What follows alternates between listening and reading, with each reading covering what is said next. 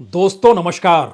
इस देश के 90% लोगों की भागीदारी इस देश की मुख्य धारा में है ही नहीं।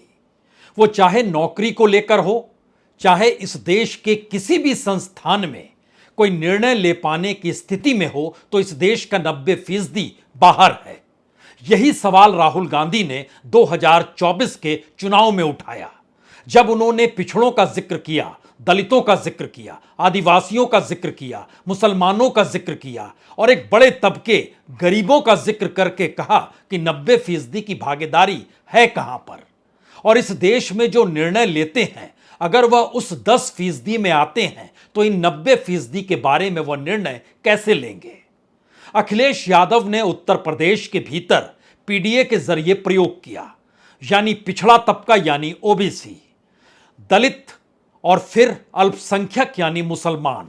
अगर इन तीनों का गठजोड़ उत्तर प्रदेश की राजनीति में बना डालें तो फिर बीजेपी की समूची राजनीति धरी की धरी रह जाएगी। और मौजूदा वक्त में यही सवाल बीजेपी के भीतर बड़ा हो गया है। ना सिर्फ बड़ा हो गया है, बल्कि बीजेपी हर राज्य को लेकर अब इस मंथन में जा घुसी है, जहां पर उसे समझ नहीं आ रहा है या फिर वो अब समझना चाहती है कि आखिर उसकी भविष्य की राजनीतिक जमीन बचेगी कैसे।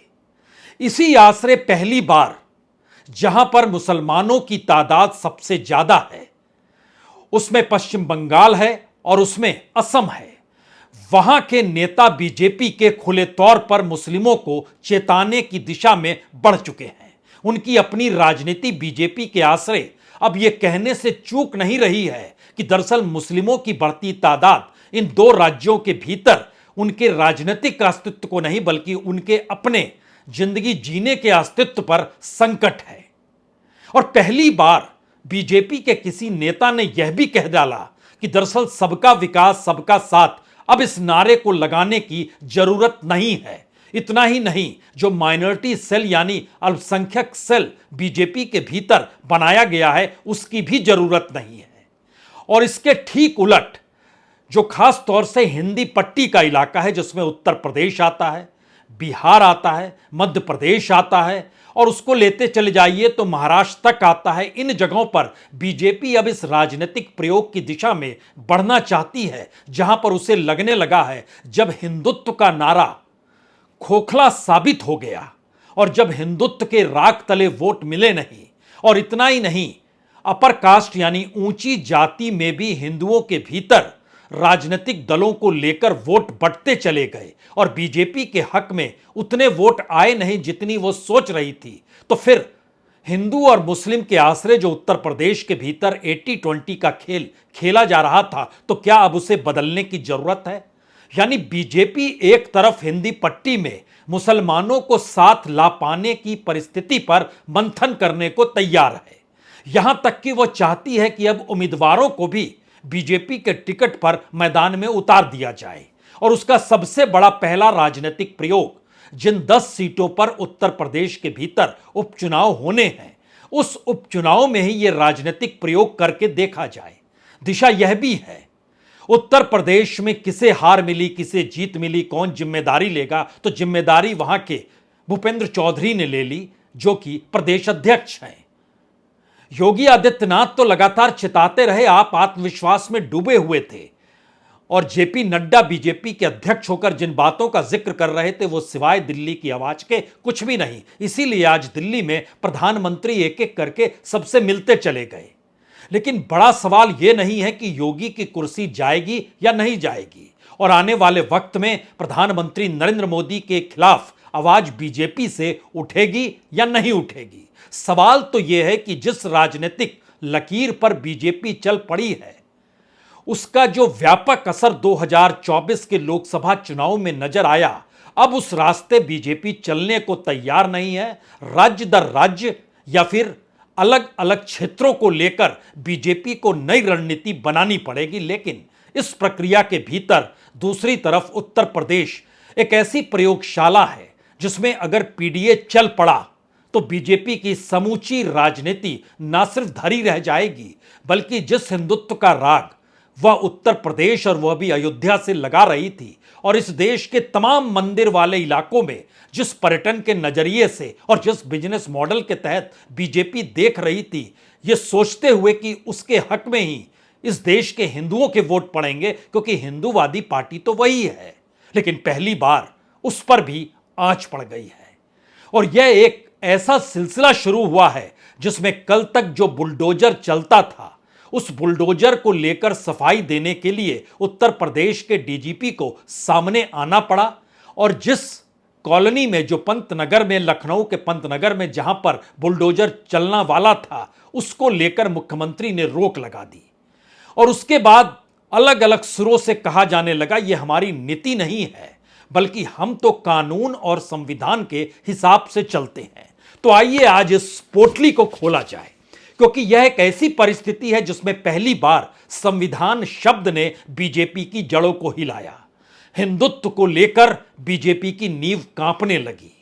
और इस पूरी प्रक्रिया के भीतर में अब बीजेपी के सामने कौन सा रास्ता है या नहीं है, लेकिन दूसरी तरफ राहुल गांधी की राजनीति और उत्तर प्रदेश की प्रयोगशाला में अखिलेश यादव का सेंध लगाने का तरीका, यह सबको चेता रहा है। और बीजेपी में इसी बात को लेकर हड़कंप है कि जो सहयोगी भी थे वो कहीं छिटक ना जाएं।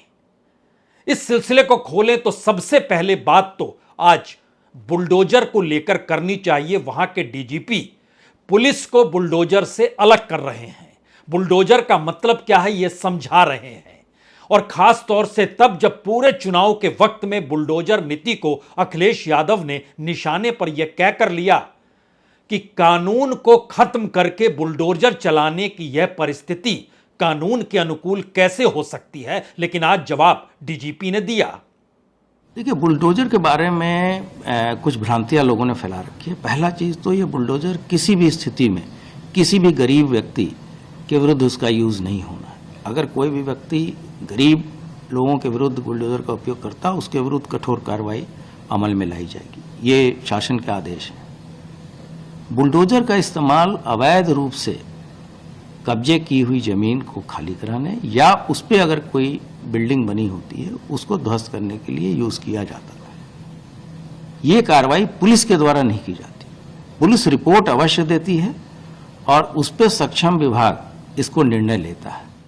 तो सत्ता के कंधे पर सवार होकर जो पुलिस प्रशासन अपने तरीके से उत्तर प्रदेश को चला रहा था, अब उसे सफाई देने की जरूरत आन पड़ी है, क्योंकि सत्ता की जमीन खिसकती हुई दिखाई दे रही है। और इसका बड़ा प्रयोग तो 10 सीटों के उपचुनाव पर होना है, जिसमें से 9 सीटों पर जो विधायक थे वो सांसद बन गए। एक सीट का विधायक जेल में है तो वो अयोग्य करार दे दिया गया।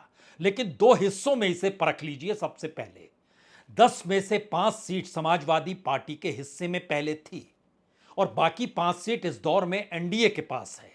एनडीए का मतलब है सिर्फ बीजेपी के पास 3 सीट, 1 सीट आरएलडी के पास है और 1 सीट मझवा जो मिर्जापुर की है वो निषाद पार्टी के पास है।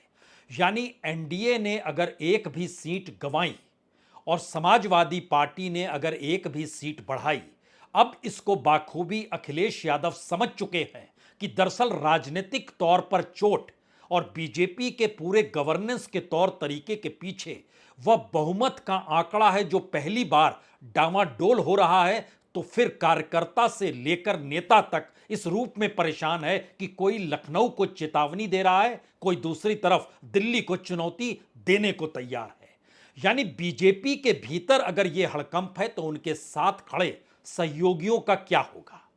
जिन 10 सीटों पर होना है उसमें करहल है जहां से अखिलेश यादव थे, मिल्कीपुर है अयोध्या की सीट जहां से अवधेश प्रसाद थे, कटहरी की सीट है अम्बेडकर नगर की जहां से लालजी वर्मा थे, कुंदरकी की सीट है मुरादाबाद की जहां से जियाउर रहमान थे, और सीतामऊ की सीट जो कानपुर के हिस्से में आती है इरफान सोलंकी जेल में है। बीजेपी की जो 3 सीट है उसमें गाजियाबाद है, खैर अलीगढ़ की सीट है और फूलपुर प्रयागराज की सीट है। इसके अलावे जो 2 सीट है मझवा और मीरापुर जो मुजफ्फरनगर की सीट आरएलडी के पास है वह भी एमपी बन गए। निषाद पार्टी के डॉक्टर विनोद कुमार बिंद यह भी एमपी बन गए। अब सवाल है कि सहयोगियों का साथ अगर बीजेपी के पास खास तौर से हिंदी पट्टी में और वह भी यूपी बिहार में ना रहे तो अपने बूते राजनीतिक समीकरण में उसका वोट बैंक बिहार के भीतर 30% पार कर नहीं सकता है और यूपी में 40% पार करने में उसकी सांसें ऊपर नीचे होने लगेगी। यानी अब राजनीतिक तौर पर चुनौती देने की स्थिति में अखिलेश यादव जिस पीडीए के आश्रय बढ़ रहे हैं उसके दायरे में उस समाज से जुड़े लोगों को वह योगी गवर्नेंस और बीजेपी के उस राजनीतिक पार्ट से अवगत कराना चाहते हैं जहां पर कानून भी है, संविधान भी है, बुलडोजर भी है और अलग अलग महकमों में चल रहा आंदोलन भी है जो चाहे शिक्षकों से ही क्यों ना जुड़ा हो। यानी उस नब्ज को उन्होंने पकड़ा है कि अगर उपचुनाव की हार होती है तो दिल्ली लखनऊ के बीच तलवारें खिंच जाएंगी और यह सबको पता है कि इस 10 उपचुनाव के रिजल्ट के बाद एक व्यापक परिवर्तन नजर आने वाला है, खासतौर से उत्तर प्रदेश की सियासत में, उत्तर प्रदेश के मंत्रिमंडल में। और योगी आदित्यनाथ अपने तौर पर इन चीजों को संभाले भी हुए हैं और चुनौती भी दे रहे हैं। लेकिन इस दोनों प्रक्रिया के भीतर में पहली बार सवाल मुसलमानों का भी आया है। यानी मुस्लिमों की जिसकी जरूरत बीजेपी को नहीं थी, अब पहली बार सवाल यह हुआ है कि अगर इस देश के भीतर में ब्राह्मणों का वोट उत्तर प्रदेश में इंडिया गठबंधन के पास चला गया, राजपूतों का वोट गुजरात के भीतर इंडिया गठबंधन के पास चला गया, ओबीसी का वोट लगातार बिखरते चला गया, जो हिंदू दलित भी थे उनका वोट भी बिखर गया और बीजेपी का वोट इस दौर में कम हो गया, तो फिर वह हिंदूवादी पार्टी के आधार पर कितने दिनों तक चल पाएंगे जब एक मुश्त मुस्लिम वोट उनके खिलाफ ही जा रहा है। और आंकड़े बतलाते हैं कि उनके खिलाफ उत्तर प्रदेश में 92% वोट इंडिया गठबंधन को मिल गए, मध्य प्रदेश में 86% वोट चले गए, बिहार में 87% चले गए, कर्नाटक में 92% चले गए, दिल्ली जैसी जगह पे 83% चले गए, गुजरात में 59% गए और तेलंगाना में भी अपने तौर पर 33% गए। एआईएमआईएम 42% के साथ थी। लेकिन बीजेपी के पास क्या है? बीजेपी का आकलन बताता है कि 2% से लेकर 8% के बीच ही उसके पास मुस्लिम वोट आता है। जो सबसे ज्यादा वोट आया है वो गुजरात में आया है 29%। वहां पर जो राजनीतिक विभाजन हुआ और परिसीमन के बाद जिस तरीके से अलग अलग क्षेत्रों को बांटा गया वह एक बीजेपी के लिए अनुकूल परिस्थिति थी। लेकिन पहली बार अगर बीजेपी के भीतर यह सवाल है कि वह मुस्लिम उम्मीदवार क्यों खड़ा नहीं कर सकती है और मुस्लिमों को अगर साथ लिया जाए या उनके हक की बात अब अपने तौर पर की जाए तो क्या वो समाज बीजेपी के साथ आकर खड़ा हो जाएगा? ये बड़ा असंभव सा सवाल है। लेकिन इन सब के बीच बीजेपी अपनी आखिरी लड़ाई या कहें बीजेपी डूब ना जाए इसको बचाने की जो लड़ाई लड़ रही है, इसीलिए फैसले अब उत्तर प्रदेश में भी बदलने पड़ रहे हैं। ये सरकार जो आपस में लड़ रही है इनके फैसले भी जल्दीबाजी के हैं। कहीं ये जहां कमजोर पड़े हैं लखनऊ में और सरकार में ये कमजोर पड़े हैं, इसलिए इन्होंने ध्वस्तीकरण का अपना फैसला टाला है। ये फैसला ही टाला है, ये फैसला हमेशा हमेशा के लिए खत्म नहीं हुआ है। इसलिए शिक्षकों के लिए जो ऑनलाइन डिजिटल अटेंडेंस थी वो स्थगित नहीं, निरस्त हो। और हम सावधान करना चाहते उत्तर प्रदेश की जनता को भी कि भारतीय जनता पार्टी के लोग आपस में लड़ करके और कुर्सी की लड़ाई में पूरा एडमिनिस्ट्रेशन खत्म कर दिया है। जहां इन्हीं के विधायक, इन्हीं के लोग आरोप लगा रहे हैं कि भ्रष्टाचार चल रहा है। हम लोगों ने अखबारों में पढ़ा है कि मुख्यमंत्री खुद स्वीकार कर रहे हैं कि बड़े पैमाने पर दलाली चल रही है। तो क्या अखिलेश का उत्तर प्रदेश का राजनीतिक दांव बीजेपी के लिए भारी पड़ रहा है? क्योंकि 2024 के चुनाव का आकलन आज भी प्रधानमंत्री के घर पर उत्तर प्रदेश के बीजेपी नेताओं से लेकर अमित शाह की मौजूदगी में मंथन चलते रहा। लेकिन यूपी के भीतर जो बड़ा बदलाव निकल कर आया है वो बड़ा सवाल यह है कि यूपी में भी बीजेपी को हिंदूवादी पार्टी के तौर पर वहां का वोटर देखने की स्थिति में नहीं है। और ध्यान दीजिए, अगर 92% वोट मुस्लिमों के बीजेपी के खिलाफ गए यानी इंडिया गठबंधन को मिले तो अपर कास्ट के वोट भी 16% इंडिया गठबंधन को मिले। कुर्मी और कोयरी वोट 34% इंडिया गठबंधन को मिला। उसके अलावे जो ओबीसी जो बाकी हैं वो 34% भी इंडिया गठबंधन को मिला।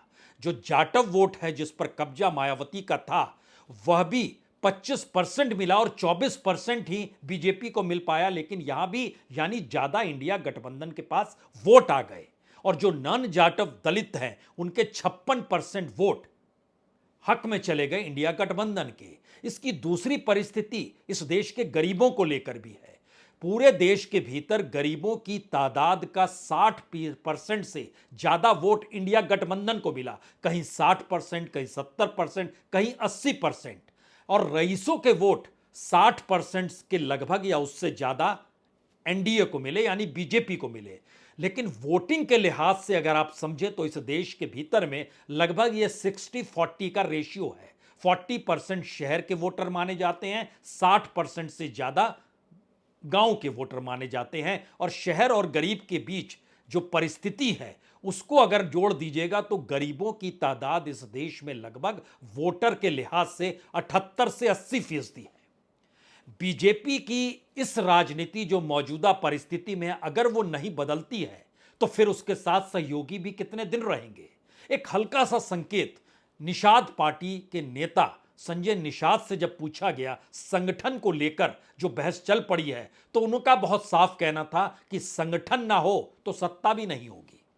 हम लोग पॉलिटिकल टीचर और लीडर हैं और हमेशा इस बात को पढ़ाते हैं कि देश संविधान और कानून से चलता है और सरकार पार्टी चलाती है, सरकार कानून बनाती है और पार्टी को कार्यकर्ता चलाते। बिना संगठन के कोई पार्टी चल ही नहीं सकती, तो संगठन में शक्ति होती है। तो ये तो सार्वभौमिक है, नई पीढ़ी को तो बताना ही पड़ेगा ना कि संगठन में शक्ति होती है और संगठन सबसे बड़ा है, कार्यकर्ता बड़ा होता है। बीजेपी भी इसी राग को अलापना शुरू कर चुकी है कि संगठन ज्यादा जरूरी है। इस बात का जिक्र यूं ही नहीं किया गया। दरअसल संगठन के भीतर ही आक्रोश है और वो आक्रोश अपने ही नेताओं को लेकर है। इसीलिए सरकारें अगर फेल हो रही है तो संगठन अपने आप को फेल ना माने, इस दिशा में अब काम शुरू हो रहा है। और शायद यही वजह है, संगठन जिस समाज के बीच रहता है वो सत्ता की चकाचौंध से दूर होता है। उनके लोगों की आवाजाही सामान्य तौर पर आम जनता के बीच होती है। और कल ही हमने आपसे जिक्र किया था कि राहुल गांधी ने जनता की उसी नब्ज को पकड़कर कांग्रेस के मैनिफेस्टो को तैयार किया और उसके बाद उन्होंने समझा और उसके बाद कहा कि हम सत्ता में आएंगे तो युवाओं को, महिलाओं को, किसानों को क्या क्या देंगे या गरीबों को क्या देंगे, इसका ऐलान किया था। और देखिए, हम जिक्र कर रहे थे कि बीजेपी दरअसल राहुल के तमाम प्रोग्राम को हड़पना चाहती है और आज उसकी शुरुआत महाराष्ट्र से हो गई, जब वो खुले तौर पर जो राहुल गांधी जो युवाओं को अप्रेंटिसशिप देने का जिक्र कर रहे थे उसी का जिक्र महाराष्ट्र सरकार ने कर दिया। राहुल गांधी जिन पैसों को देने का जिक्र युवाओं के बेरोजगारी के साथ जोड़ रहे थे, अब ग्रेजुएट छात्रों को महाराष्ट्र के भीतर हर महीने 10,000 रुपए दिए जाएंगे। जो डिप्लोमा हैं उनको 8,000 दिए जाएंगे, जो 12वीं पास है उनको 6,000 रुपए दिए जाएंगे।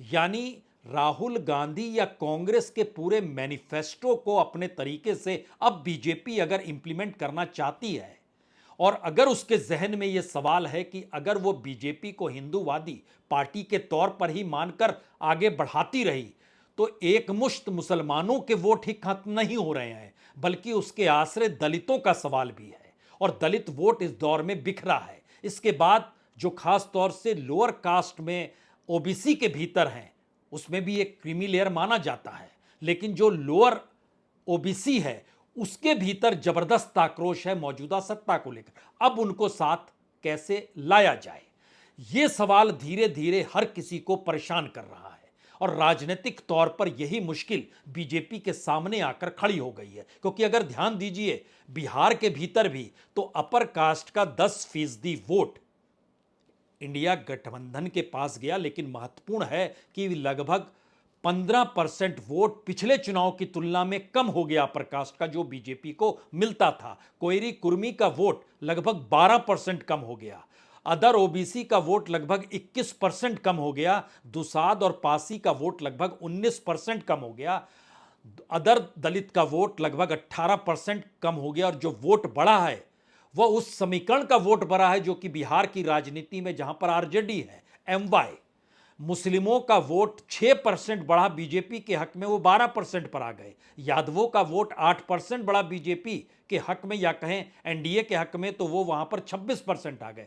यानी बीजेपी के भीतर का मंथन बता रहा है कि वो किसी भी कास्ट को लेकर या किसी भी रिलीजन को लेकर बिल्कुल पूरे तरीके से एंटी मूड में ना आ जाए, जो कि यादव और मुसलमानों को लेकर वह इससे पहले आ चुका है, और ओबीसी को लेकर प्रधानमंत्री खुद को ओबीसी बताकर अपनी बात को आगे बढ़ाते रहे हैं। लेकिन फिर अगला सवाल एक और है, बीजेपी के अपने इतने शेड्स हैं कि उसमें जहां पर बड़ी तादाद मुसलमानों की है, वहां पर बीजेपी उस राजनीति को साध पाने में सक्षम ही नहीं है, या उसकी ट्रेनिंग ही नहीं है, या आरएसएस की अपनी सोच ही नहीं है वहां तक जा पाए। इसीलिए बंगाल की राजनीति उसको लगता है कि वोटरों का ध्रुवीकरण धर्म के आधार पर हो सकता है।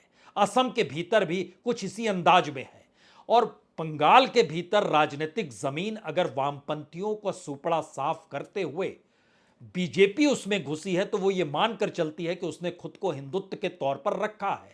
और शायद यही वो वजह है जहां पहली बार शुभेंदु अधिकारी बात बोलते बोलते चले गए कि प्रधानमंत्री जो सबका साथ सबका विकास का जिक्र करते हैं, इसका कोई मतलब नहीं है, जो हमारे साथ है हम उसके साथ होंगे, और यहां तक कि अब माइनॉरिटी सेल भी खत्म कर देना चाहिए, यह सुनना चाहिए। हिंदू বাঁচাবো, সংবিধান বাঁচাবো, আর বলবো আমিও বলেছি রাষ্ট্রবাদী মুসলিম, আপনারাও বলেছেন सबका साथ सबका विकास, আর বলবো না। বলবো जो हमारी साथ हम उनका साथ, जो हमारी साथ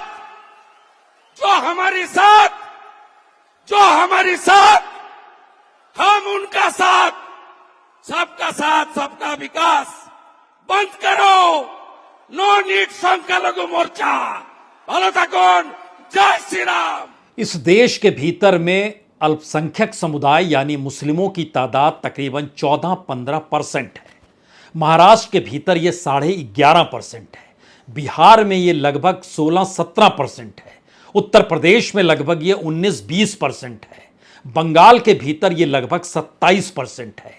और शुभेंदु अधिकारी या बीजेपी अब खुले तौर पर अगर इसका ऐलान करने लगे हैं कि दरअसल मुस्लिमों की वजह से वह जिस कैरेक्टर को या जिस चरित्र को या जिस परसेप्शन को राजनीतिक तौर पर बंगाल के भीतर लाना चाहते हैं, वो अलग अलग जगहों पर मुस्लिमों की एकजुटता से अगर उन्हें लाभ राजनीतिक तौर पर नहीं मिल पा रहा है, तो अब खुला ऐलान हो जाना चाहिए। यानी समाज के भीतर हम किसे पसंद करते हैं राजनीतिक तौर पर और किसे नहीं करते हैं, इसका एक हिस्सा तो वोटिंग के दौर में या कहें टिकटों को बांटने के वक्त नजर आया, जो बीजेपी ने किसी मुस्लिम को टिकट इस देश में नहीं दिया, खासतौर से 2014 के बाद से।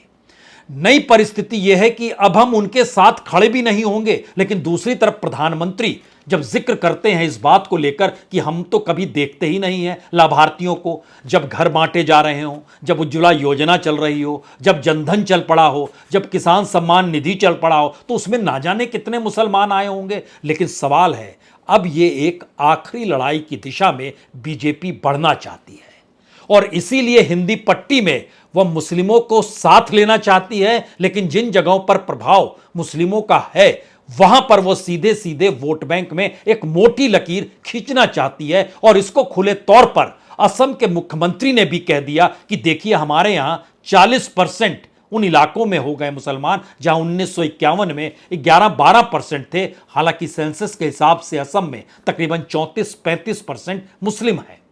असम में मुस्लिम पॉपुलेशन 40% हो चुका है, 1951 में 12%।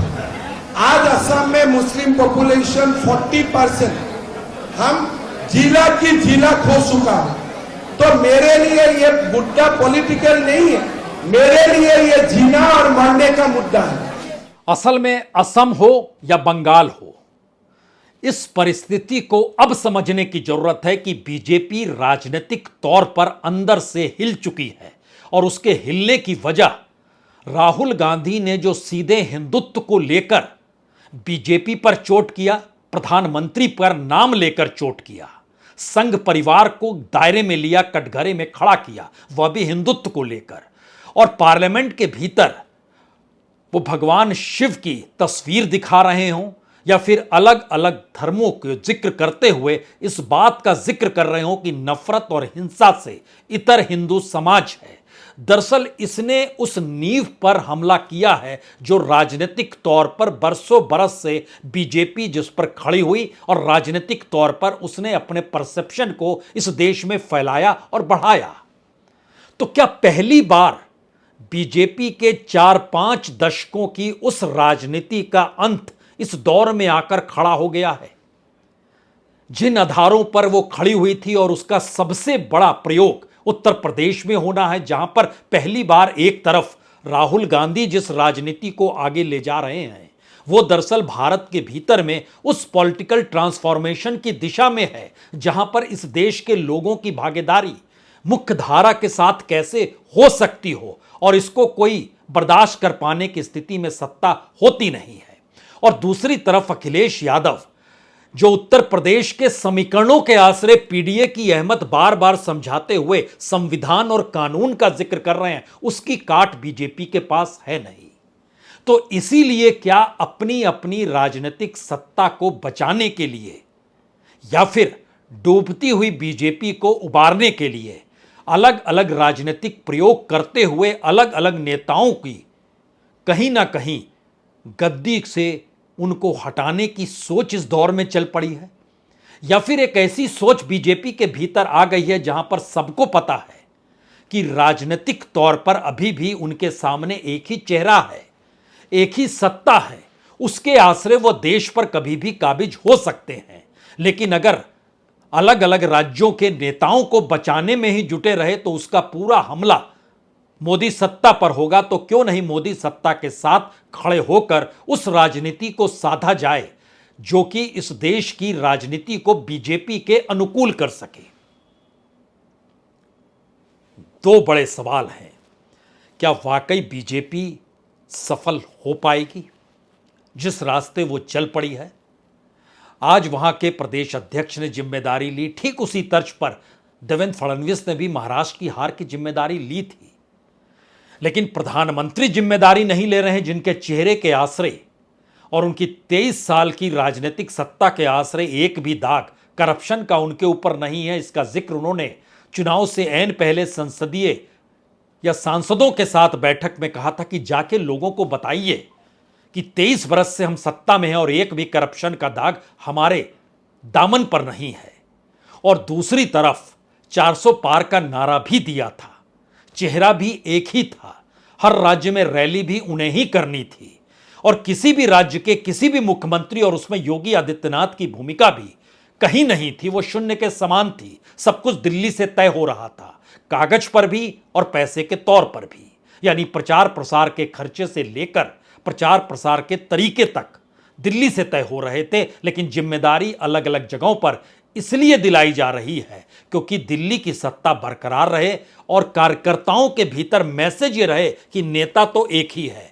लेकिन पहली बार राहुल गांधी की रणनीति ने उसी नेता की नींव पर सेंध लगा दी है और जिन मुद्दों को उन्होंने जनता के जरिए उठाया है उसका राजनीतिक प्रयोग अखिलेश यादव यूपी में कर रहे हैं। इसलिए इस जंग के बीच जिस रास्ते अखिलेश और राहुल की राजनीति अब आपको इस 10 उपचुनाव के भीतर नजर आएगी वो चौंका सकती है।